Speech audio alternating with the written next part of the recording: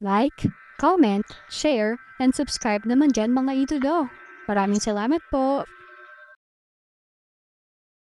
Tumayo si Lasho sa tuktok ng Skylark Tower, nakakunot ang noo habang pinapanood ang ibaba. Ang bilis niyan ay lumampas sa kanyang inaasahan. Namangha ang Jade Consort at si Flowers and Moon Journey. Mula sa gayong kalayuan, anong uri iyon ng atake? Mahika, isang uri ng salamangka, o isang teknik na tanging mamamana ang makakaalam. Si Flowers and Moon Journey, isa sa tatlong dakilang mamamana ng Divine Capital, ay hindi makaisip ng anumang teknik sa pagpana na katulad nyon. Sa kabila ng hindi niya ito alam, matagal na siyang nag-aral sa Lasho Sect at binasa ang lahat ng aklat tungkol sa mga mamamana sa silid-aklatan ng sekta, ngunit hindi pa niya narinig o nakita ang gayong teknik. Hindi sigurado si Lasho kung matatamaan niya si Yuaner. Orihinal niyang planong palayain ito kung hindi nito mapuko ang probabilidad, ngunit ang mga salita niyan habang tumatakas ay nagpabago sa isip ni Lasho. Paano hahayaan ng Grandmaster ng Evil Sky Pavilion, ang pinakadakilang demonyo ng panahong ito, na makatakas ka ng ganoon kadali? Sa pag-iisip nito, lumundag siya mula sa Skylark Tower at tinawag si Baizi upang hulihin ito, hinahabol si Yan. Natigilan ng mga cultivator sa paligid ng Skylark Tower habang dumaan si Lasho na nakasakay kay Baizi, na sumusugod na parang isang bugzo ng hangin. Sa daan, gumamit siya ng dalawa pang card ng paggapos ng kulungan, na tina-target ang pinagtatagwan ni Yan. Ang nangungunang kulungan ay lumawak sa 10 metro ang lapad at patuloy na lumaki. Sumibad si Yuaner sa kakahuyan, nagyayabang, ang pinagsamang puwersa ng Cloud Sky at Lasho ay hindi ako mahuli. Akala mo kaya mumula sa gayong kalayuan? Ha! Ang kanyang bilis ay nakakagulat na mabilis, pinanatili ito ng halos 20 kilometro bago bumagal. Ang kanyang cultivation ay nasa Divine Court Realm lamang, ngunit ang kanyang purong bilis ay maihahambing sa Nascent Divinity Tribulation Realm. Ang paghuli sa kanya ay mangangailangan ng dakilang supernatural na kapangyarihan. Pagkatapos ng kanyang mapagmataas na mga salita, lumingon si Yuaner at natigilan. Ano ito? Isang malaking parisukat na kulungan ang bumaba mula sa langit, isang tanawin na makakatakot sa sinuman-anuman ang antas ng kanilang cultivation. Lumapag ang kulungan sa itaas niya at pagkatapos ay nawala sa mga alon, na iniwan siyang naguguluhan. Ano to? Walang nangyari. Habang naguguluhan si Yuaner, biglang narinig ang boses ni Lasho mula sa likuran. Aba, bumulalas siya ng mahalagang enerhiya at desperadong thumbprint, direktang bumabangga sa isang serye ng mga puno. Halos maabyutan siya nang biglang nawala si Yuaner sa ilalim ng lupa. Huminto si Lasho na nakasakay kay Baizi. Ito ba ay isang teknik ng pagtakas sa lupa? Dumating ang ikalawa at ikatlong paggapos ng kulungan, lumapag 20 metro sa kanyang harapan at pagkatapos ay nawala. Hindi pa rin tumitigil ang posibilidad. Ang ikatlong paggapos ng kulungan, tulad ng isang lambat mula sa langit at lupa, ay bumuo ng isang malaking grid sa lupa, na sumasara mula sa lahat ng panig na may mga kuryenteng tumatagos sa ilalim ng lupa. Sa pagkakataong ito, tumigil na ang posibilidad. Kalmadong nagmamasid si Lasho, hinimas ang kanyang balbas. Yuaner, akala mo pa rin ba makakatakas ka? Ulong-bulong si Yuaner, nagmamadaling makiusap. Elder, patawarin niyo po ako. Elder, patawad po. Ikanaway ni Lasho ang kanyang kamay, nagbibigay ng utos, dalhin ninyo siya. Umungol ng malalim si Baizi, nasa sabik na tumakbo at nagsimulang hamukay gamit ang kanyang mga kuko. Makalipas ang ilang sandali, sa hilagan ng Skylark Tower, bumalik si Lasho sa himpapawid sakay ni Baizi, na may hawak na isang tao sa kanyang bibig. Ito ay si Yinzi Yuaner, ang nag-iisang tagapagmana ng Divine Thieves Sect na nagtangkang tumakas. Ibinuga ni Baizi si Yuaner, at bumalik si Lasho kasama si Baizi sa ikasyam na palapag. Nang makita ito, mabilis na nagsimulang magbolahan ang kanyang mga disipulo. Ang banal na kapangyarihan ni Master ay walang kapantay sa lahat ng panahon. Bahagyang yumukod ang Jade Consort. Ang pamamaraan ng kagalang-galang na Elder ay kahanga-hanga, na nag-iiwan sa akin ng pagkamangha. Hindi sila pinansin ni Lasho, ngunit tumingin siya kay Yuan'er sa lupa. Mayroon akong mga tanong sa iyo. Kailangan mo lamang sumagot. Nagpumiglas si Yuan'er na tumayo, natatakot na tumango. Nasaan ang natitirang Asher Fall Fragments?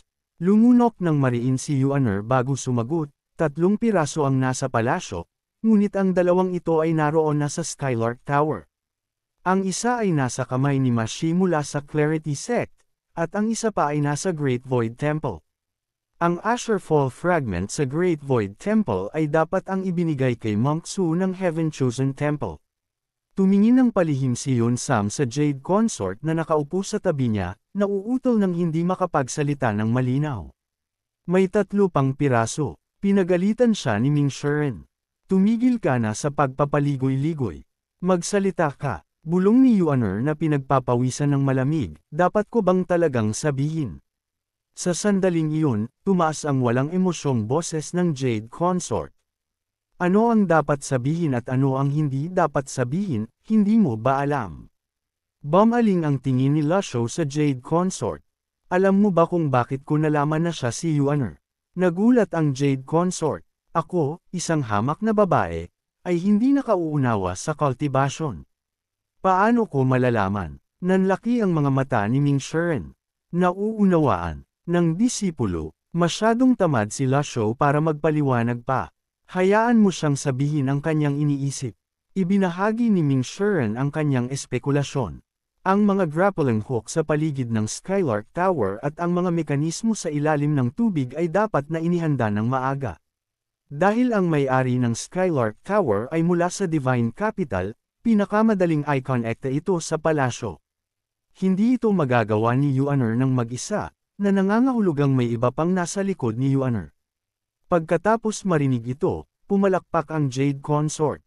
May katuturan. Kung ganoon, sino kaya? Tumalim ang mga mata ni Ming Shiren. Isang taong may sama ng loob laban sa Evil Sky Pavilion, isang taong pamilyar sa Skylark Tower. Pagkasabi niya nito, biglang lumundag si Yuan'er patungo sa labas ng Skylark Tower. Nang makita ito, hinugot ni Flowers and Moonjourney ang kanyang pana at palaso, galit na sumisigaw, akala mo makakatakas ka. Hindi kita bibigyan ng pagkakataon. Isang gintong palaso ang bumulusok patungo sa buhay ni Yan.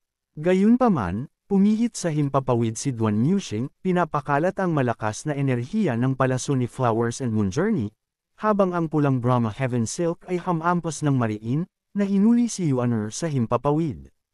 Mabilis na nag-isip si Ming Shiren.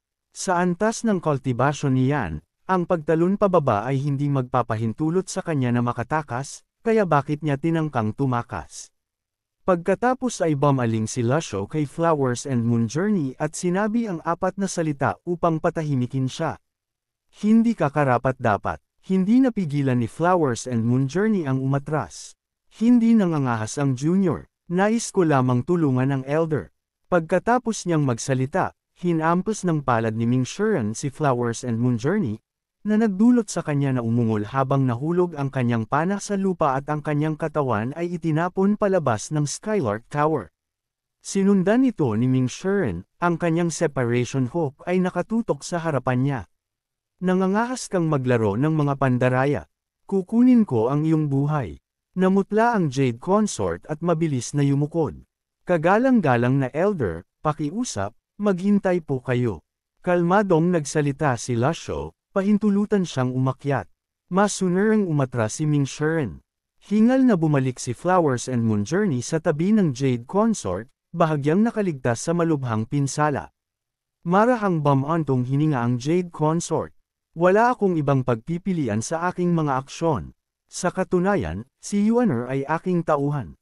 Sa gayon, naging malinaw na si Yuan'er ay kabilang sa Jade Consort, kaya't hindi siya nang ahas na magsalita ng labis. Si Flowers and Moonjourney naman ay naghanap ng pagkakataon upang patahimikin siya. Bumalik ang tingin ni Lasho kay Yuan'er. Magsalita ka. Natakot si Yuan'er at nanginig sa buong katawan. Una siyang yumukod sa Jade Consort bago manggahas na magsalita. Ang natitirang 3 Asher Fall Fragments ay nasa kamay ng Jade Consort. Patawarin niyo po ako, mahal na prinsesa. Patawarin niyo po ako. Sa gayon, nabunyag na mayroon talagang 4 na Asher Fall fragment sa palasyo. Ang pirasong kinuha ni John Ian mula sa loob ng treasury ay naisaalang-alang na at hindi na kailangang isaalang-alang pa. Ipinaliwanag ng Jade Consort, kagalang-galang na elder, ang mga pana sa kamay ni Flowers and Moon Journey ay pinanday mula sa 3 Asher Fall fragments. Ang aking pagtatago ay upang maiwasan ang pagpapalalim ng alitan sa Evil Sky Pavilion. Si Yuaner, gamit ang aking mga koneksyon, ay naglagay ng maraming bitag sa Skylark Tower upang makuha ang Heavenly Silken Gloves. Hindi ko ito alam. Kung tunay kong balak maging kaaway ng Evil Sky Pavilion, paano ako mangangahas na pumunta sa Skylark Tower upang harapin ang kamatayan? Yumukod si Flowers and Moon Journey. Kung ganoon, hindi ko sana sinubukang pigilan si Yuaner.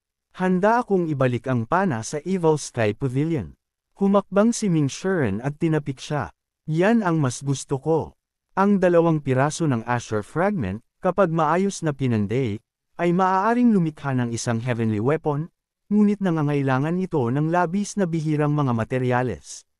Nakakagulat, ang 3 pirasong ito ng Asher Fall Fragment ay nakagawa lamang ng isang earthly bow, na tila medyo sayang. Ikinaway ni Lasho ang kanyang kanang kamay at kinuha ang pana. Ding! Nakolekta ang Asher Fall bow. Nangangailangan ng muling pagpino upang makuha ang Asher Fall Fragment *3. Sinulyapan ni Lasho ang progreso ng misyon. Isang piraso na lamang ang kulang upang makumplito ang misyon, mas madali kaysa sa inaasahan. Sa simula, tila mahirap hanapin ang mga Asher Fall Fragment na nakakalat sa buong lupain. Yuaner, bibigyan kita ng pagkakataong mabuhay. Pagkarinig na may pagkakataon, patuloy na yumukod si Yuaner kay Lasho. Pakiusap, utusan niyo po ako, Elder. Gagawin ko ang lahat para mabuhay. Pinahahalagahan ko ang mga taong marunong tumimbang. Dahil ibinigay mo ang Asher Fall Fragment sa Clarity Sect, ikaw ang kukuha nito. Hindi nang ahas tumanggi si Yuaner. Pupunta po ako, Elder. Maaari po ba akong pumunta sa Clarity Sect? Maaari bang tanggalin ang pagkakagapos ng aking cultivation? Nag-isip si Ming Shuren. Master, may sasabihin po ako. Bihasa si Yuaner sa pagnanakaw. Kung tatanggalin ang pagkakagapos ng kanyang cultivation, maaaring hindi na siya madaling mahuli muli. Naging matapang siya sa inyong presensya. Ang gayong tao ay maaaring gumawa ng kahit ano. Ngunit kung nakagapos ang kanyang cultivation, hindi niya magagamit ang kanyang mga kasanayan. Maaari akong gumamit ng Vital Energy Mark, kaya kahit saan siya tumakbo, walang saysay. Tumango si Lasho bilang pagsang-ayon sa kanyang plano. Pagkatapos ay lumapit si Ming Shuren kay Yuaner, itinaas ang kanyang kamay upang bumuo ng isang espesyal na marka gamit ang Vital Energy at itinanim ito sa katawan niyan. Master, tapos na po ako. Gayunpaman, ang markang ito ay tatagal lamang ng 3 buwan. Hinimas ni Lasho ang kanyang balbas at tumango, bumaling kay Yuaner. Bibigyan kita ng 7 araw. Nagulat si Yuaner. Hindi 3 buwan. Hindi ba masyadong maikli ang 7 araw? Dumilim ang mukha ni Ming Shuren. Wala kang karapatang tumawad. Kung hindi mo maibabalik ang Asher Fall Fragment sa loob ng 7 araw, hahabulin kita kahit saan ka magtago. Hindi ako magtitipid sa pagpaparusa sa iyo. Sa kanyang Vital Energy, bumalik si Yuaner at nagmamadaling sumagot. Pupunta na po ako sa Clarity Sect ngayon din. Pagkatapos ay lumundag siya pababa mula sa Skylark Tower at tumakbo sa kakahuyan. Sa sandaling ito, bahagyang ngumiti ang Jade Consort. Kagalang-galang na Elder, mayroon po akong mga dapat asikasuhin at kailangan ko na pong umalis. Dahan-daang tumayo si Lasho. Sandali, ano ang nais ipag-utos ng kagalang-galang na Elder? Tila kulang ka ng sinseridad.